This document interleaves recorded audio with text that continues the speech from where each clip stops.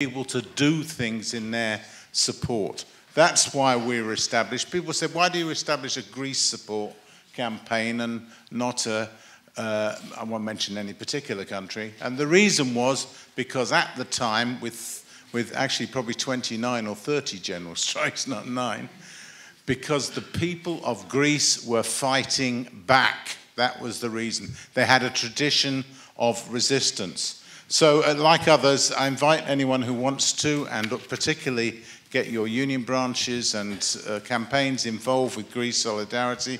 If you're not formally involved, just stroll along, third Wednesday of every month, 6 p.m. at the Unite offices. And if you want to fill your stomach for a feeling of solidarity, next Tuesday we are going to the Elysee, and you can buy a ticket off me, and the money goes back to the Social Solidarity organisation in Greece. Last week, we took £500 to the cleaners, of which 250 was from London cleaners, and a cleaner was with us. I tell you, it's humbling to see cleaners in Britain giving money to cleaners in Greece. We also...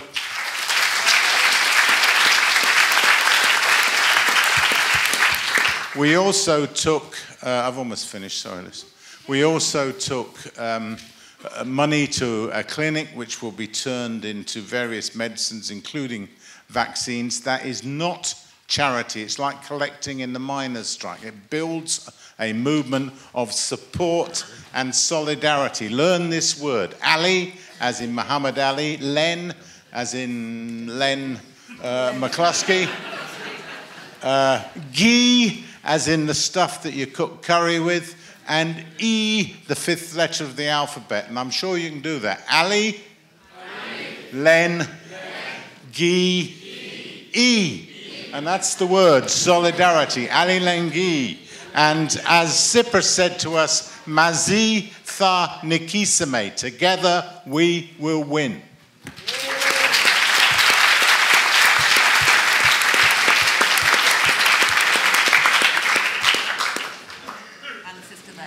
Thanks.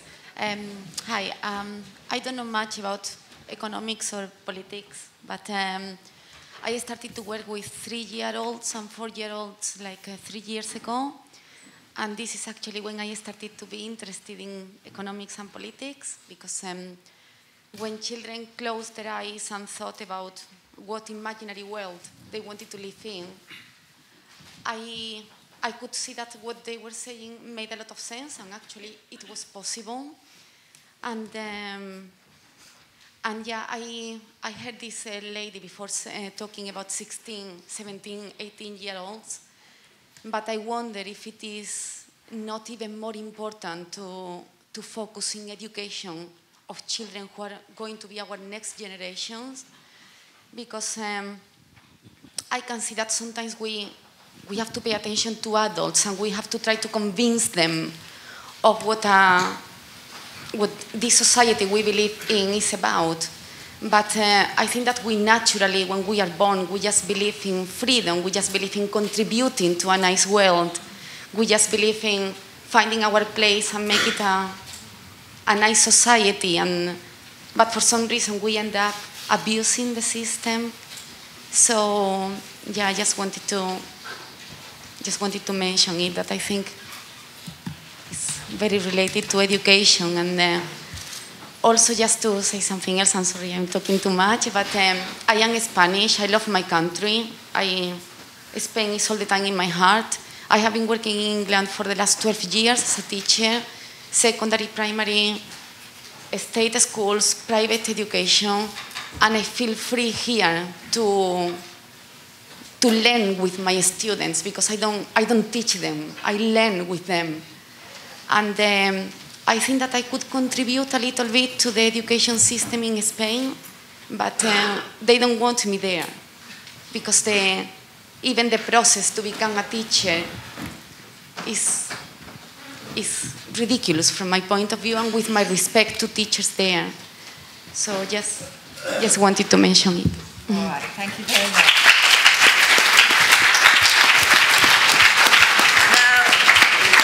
3 more, and I'm looking towards the back because that seems fair. So, chap there in the grey shirt. Yes? Are you in the grey shirt? Yes, you. I don't know whether it's grey or not. And someone over here.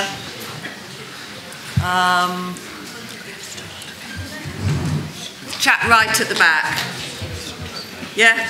And Fred down the front here, who's going to say a few words about the tricky question of money and Left Unity. Hi, I'm a new Left Unity member. Very pleased to come this evening. I was left with a few questions from what several of the speakers said, really, and I wonder if anyone else in the audience or the speakers come back on them. The first one is about the lineup, really. Podemos, Syriza, Left Unity, left me thinking, well, how can we have those sort of organisations here? And the title of the meeting was A New Way of Doing Politics. But it seems in Podemos and Syriza in different ways, as Tariq Ali said, reflect movements that literally had hundreds of thousands of people doing politics in a new way. And something else that Tariq Ali said, we can't just declare the new organisation or whatever. And this is my note of caution here about some of the other things that have been said about some of the other speakers. If we're going to do new politics, we really have to focus on the unity bit, which I think is the important bit that came out of Podemos and Syriza, perhaps. And to think this is just going to come through the left is a mistake. And I think this is why I don't want to, this is not a criticism, but I want to implement a note of caution and patience in the process that's coming up. And the other thing is, I could give you a list of terrible things I've done as an activist on the left over a number of years. I'm sure everyone else in here could as well. But I do think they're important lessons. And I think the central lesson is that we need so much more than the ballot box if we're going to change these things. These organisations, Syriza and Podemos, they're high in the polls because they understand that politics is so much more part of the ballot box. And I'd like Left Unity to really, really make that a central part of its pitch, because I think new people will do politics differently in this country because of the very unstable situation that we're in. I hope we're ready. I hope we're ready to articulate their dreams in sorry to put it in such a corny way.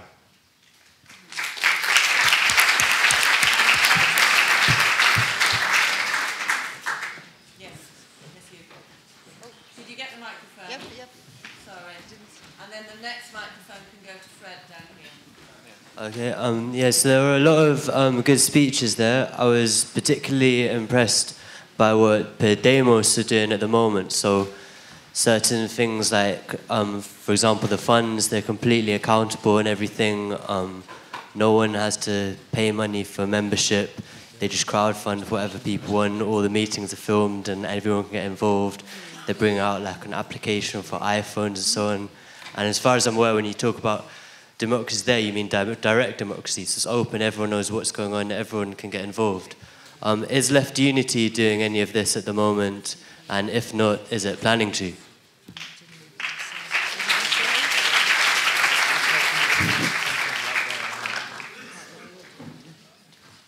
Thank you very much for all of you to come tonight. The size of the meeting shows that there's a real urgent need for a united political alternative on the left to challenge UKIP and to give hope.